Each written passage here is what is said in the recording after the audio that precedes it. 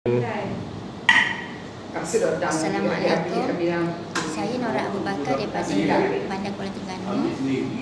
Saya telah mengalami batuk Risdon selama 1 bulan.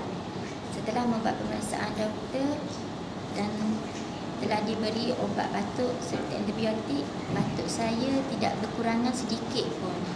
Setelah terlihat iklan produk Bumi.com iaitu jus Mac 100 di buletin utama di 3, saya